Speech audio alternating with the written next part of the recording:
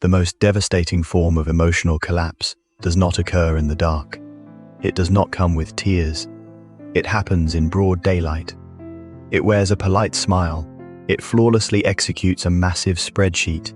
It is always the most reliable person in the room. High-functioning emotional exhaustion is not a temporary mood.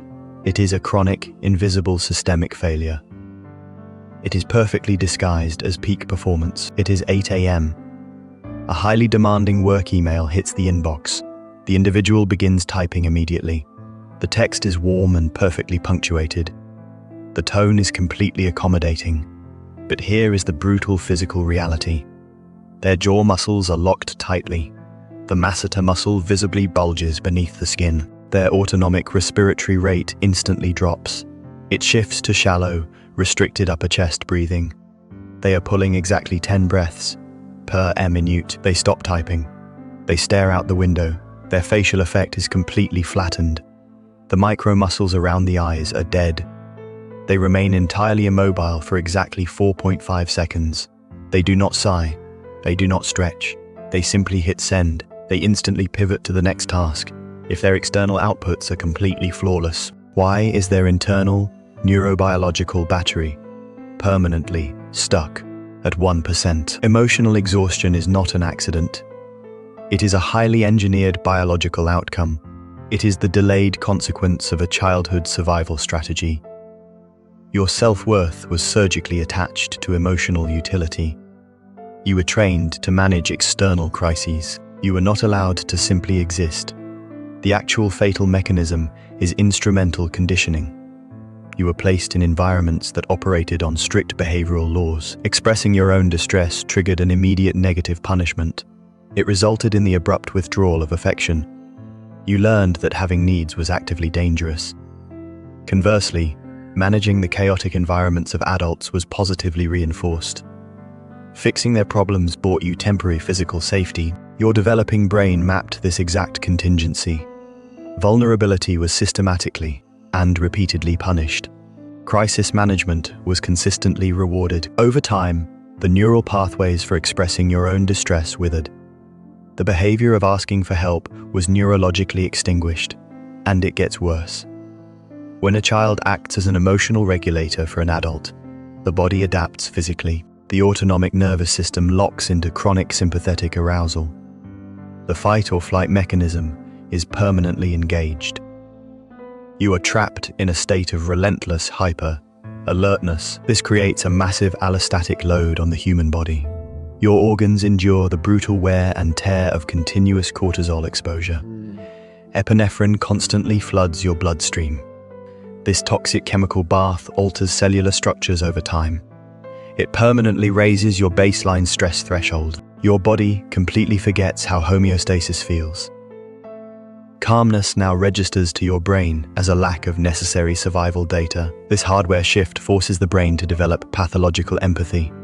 Your mentalizing network goes into chronic overdrive. You do not just casually observe the people around you.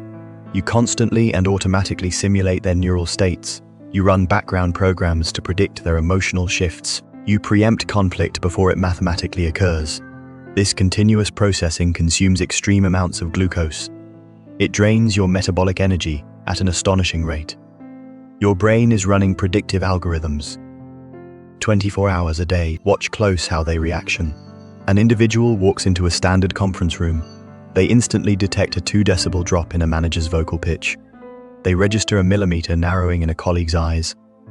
Within 0.5 seconds, the autonomic nervous system fires. They automatically alter the trajectory of their planned presentation. They physically soften their spinal posture. They deploy precise, submissive hand gestures. They actively de-escalate a localized room tension. Absolutely no one else in the room has consciously registered this tension. The threat is neutralized. The consequence is the complete erosion of the internal emotional baseline. You become a highly tuned radar, exclusively calibrated for external threats. You scan the perimeter with military precision, but you are entirely blind to your own physiological distress signals. But a nervous system cannot sustain perpetual surveillance without hardware damage. Prolonged hypervigilance destroys cellular integrity. Eventually, the brain must aggressively intervene. It must execute a hard reset to prevent a fatal system override. The emptiness you experience is not a psychological flaw. The persistent numbness is not a symptom of clinical depression. It is certainly not an indicator of personal laziness. These states are aggressive, highly calculated biological defense mechanisms. Your central nervous system is actively deploying a massive shield. It is executing this protocol to prevent catastrophic emotional flooding. The system is shutting down non-essential functions to guarantee basic physical survival. The actual fatal mechanism is prefrontal-amygdala inhibition to maintain flawless external functionality. Your brain must manage massive internal stress. The prefrontal cortex is your logical, executive control center. It begins to exert an immense, unrelenting inhibitory force over the amygdala. The amygdala is your core emotional processing hub. The logical brain effectively puts the emotional brain in a neurological chokehold. This chronic suppression does not happen passively. It requires an astronomical amount of active neural bandwidth. The prefrontal cortex steals energy from every other cognitive function to maintain this grip. It enforces this rigid suppression 24 hours a day. This severe resource depletion limits your biological capacity to feel anything at all. The hardware literally lacks the metabolic energy required to process joy. And it gets worse. Your brain executes a sophisticated cognitive bypass called intellectualization. It forcibly shifts the processing of trauma across the brain hemispheres. It moves the volatile data away from the experiential right hemisphere. It dumps the memory strictly into the sterile, analytical left hemisphere. You map out your own psychological damage with forensic precision. You analyze your pain like a detached clinical researcher. You articulate your trauma flawlessly to anyone who asks. But you entirely bypass the actual somatic experiencing of the event. The physical body is completely disconnected from the verbal narrative. You possess all the correct data regarding your suffering, but your nervous system actively blocks the physical sensation of it. But here is the brutal physical reality. The brain deliberately begins to downregulate the insula. The insula is the neurological region strictly responsible for interoception. Interoception is your conscious awareness of internal bodily sensations. As the insula goes offline, the internal communication cables are physically severed. You literally lose the biological capability to read your own physical metrics. You cannot accurately gauge your own basal hunger levels. You cannot feel the micro tears and tension building in your own muscles. You do not recognize severe biological fatigue until the skeletal structure fails. The brain completely ignores all internal warning lights. The physical warning system is intentionally and systematically disabled. You operate entirely in the dark until an acute biological crisis occurs. Watch close how they reaction. The individual sits perfectly upright. In a clinical therapist's office, they are describing a deeply traumatic life event or an acute personal betrayal. They speak at a highly regulated, steady pace of exactly 120 words per minute. They deploy precise psychological terminology. Without any hesitation, they state, "I understand my boundaries were systematically violated." They maintain unbroken, steady eye contact with the listener. Their resting pulse remains completely stable at exactly 70 beats per minute. There are absolutely zero fluctuations in their vocal prosody. The vocal cords produce a completely flat, monotonous frequency. They are reporting on the complete destruction of their own life. They recite the brutal details as if reading a Wikipedia article about a total stranger. The ultimate biological result is severe, chronic anhedonia. The individual does not present as actively or acutely miserable. The nervous system simply blocks the frequency of pleasure. They become biologically incapable of experiencing basic human vitality. The physical body continues to execute required daily algorithms. The organism is technically surviving the environment, but the organism has entirely ceased living. This forced emotional anesthesia creates a highly pressurized physical containment system. The internal pressure is astronomical and constantly building. 99% of your cognitive bandwidth is currently occupied. It is entirely consumed by suppressing massive macro emotions. The system is stretched to its absolute physical limits. What happens to the neurological hardware when a sudden micro-friction occurs? Systemic exhaustion does not simply vanish because it is ignored. It violently leaks out through extreme neurological intolerance. Deep emotional processing is permanently blocked.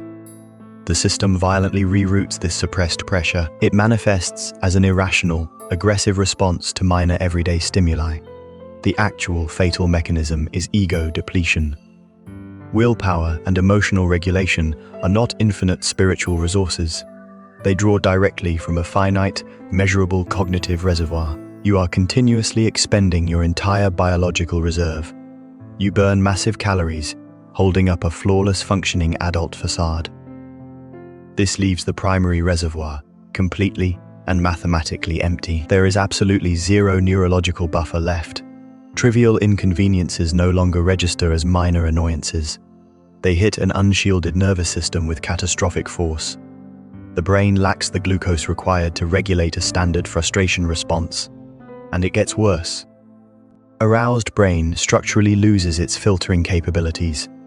The thalamus completely fails to effectively gate incoming sensory input. It loses the ability to separate crucial data from irrelevant environmental static. Normal ambient noises bypass standard auditory processing. The sound of someone chewing a meal enters the ear canal. The rhythmic ticking of a wall clock strikes the eardrum. A sudden digital notification vibrates on a desk. These mundane inputs directly strike the central nervous system. The brain miscategorizes them as acute, immediate physical threats. The body floods with adrenaline to fight a completely non-existent predator. But here is the brutal physical reality. The individual experiences severe, continuous cognitive dissonance. They observe their objective reality with pure logic. They possess a secure job and a stable environment. They conclude they should mathematically be fine.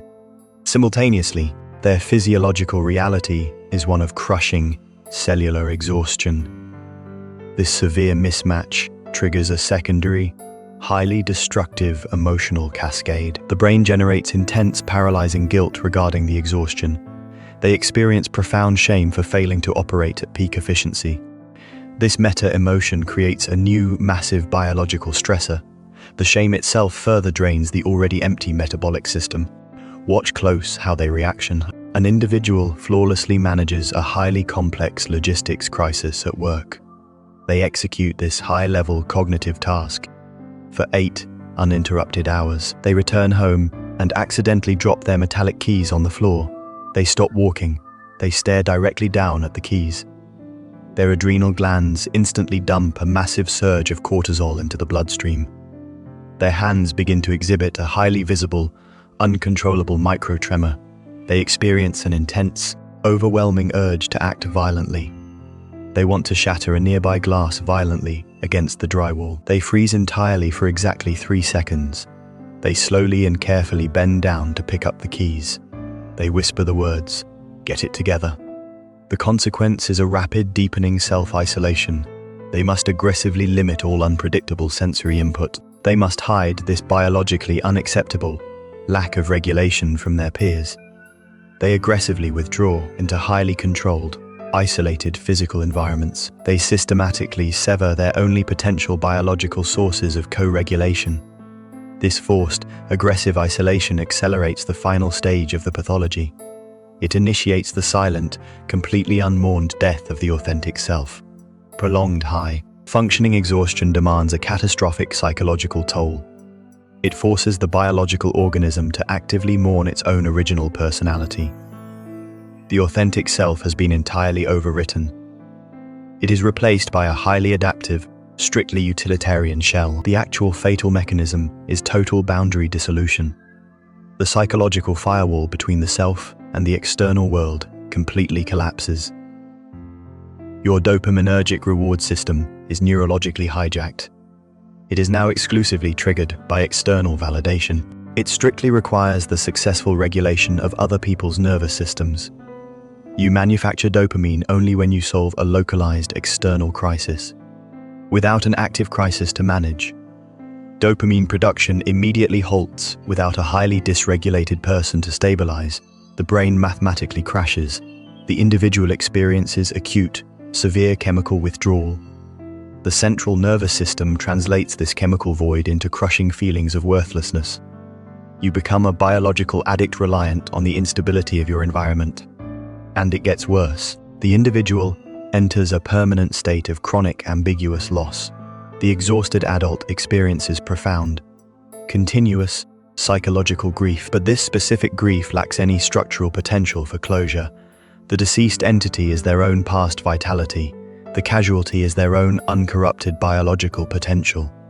There is no physical death to medically document. There is no socially recognized funeral to attend. There is absolutely no external validation of this internal fatality. This forces the physiological grieving process entirely underground. The grief becomes chronic, completely disenfranchised, and permanently unresolved. But here is the brutal physical reality. The brain actively prevents the individual from halting the operational systems. It aggressively deploys the sunk cost fallacy of extreme competence. This behavioral economics principle manifests as severe psychological entrapment. The individual absolutely refuses to power down the functioning facade. To admit they cannot continue requires a catastrophic cognitive shift. It would instantly invalidate the massive, agonizing physiological toll they have paid. They have sacrificed a decade of cellular health to maintain this architecture. They must mechanically keep pushing forward at all costs. They must continuously output labor to justify the extreme biological suffering already endured. Watch close how they reaction. The individual is silently scrolling through their phone gallery. They pause on a specific video recorded exactly 6 years ago. The digital version of themselves is laughing spontaneously and loudly. They stare completely motionless at the illuminated screen. Their autonomic blink rate instantly drops to absolute zero. The rigid muscles in their face suddenly slacken.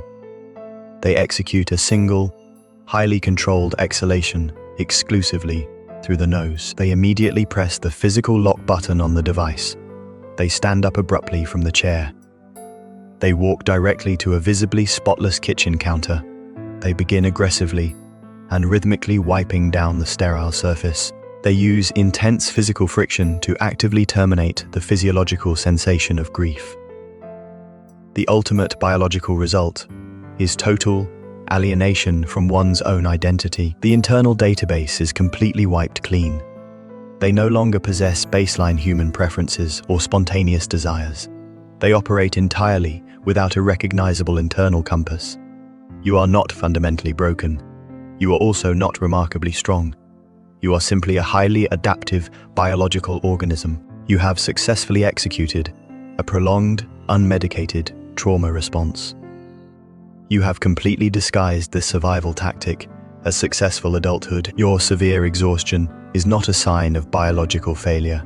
It is your nervous system finally demanding a structural collapse. It is actively terminating the false, utilitarian identity you built to survive. The biological machine is actually functioning perfectly. The fatal error is that you are aggressively treating yourself like a machine. But here is the brutal physical reality. You must immediately stop analyzing your psychological state. You must forcibly engage in pure somatic reality. You mathematically cannot think your way out of a severe nervous system deficit. Logic cannot cure deep cellular depletion. You must enforce radical micro-boundaries today. You must immediately cease managing the fluctuating micro-emotions of others. Watch close how they reaction. Someone physically sighs in a room. Their shoulders drop slightly. You are now physically forbidden from speaking. You cannot ask if they are okay. You must let their localized discomfort exist entirely without your intervention. Your brain will scream to fix the localized tension. You must let the silence burn. The actual fatal mechanism requires interoceptive exposure to repair. You must set a physical timer for exactly 3 minutes daily. You will do absolutely nothing but track internal physical sensations. If your chest cavity feels uncomfortably tight, do not attempt to artificially relax the muscle. Do not try to psychologically explain the tension. Simply observe the strict biological reality of the tightness. You must mechanically Establish the severed neural pathway. You must wire the physical body back to your active consciousness.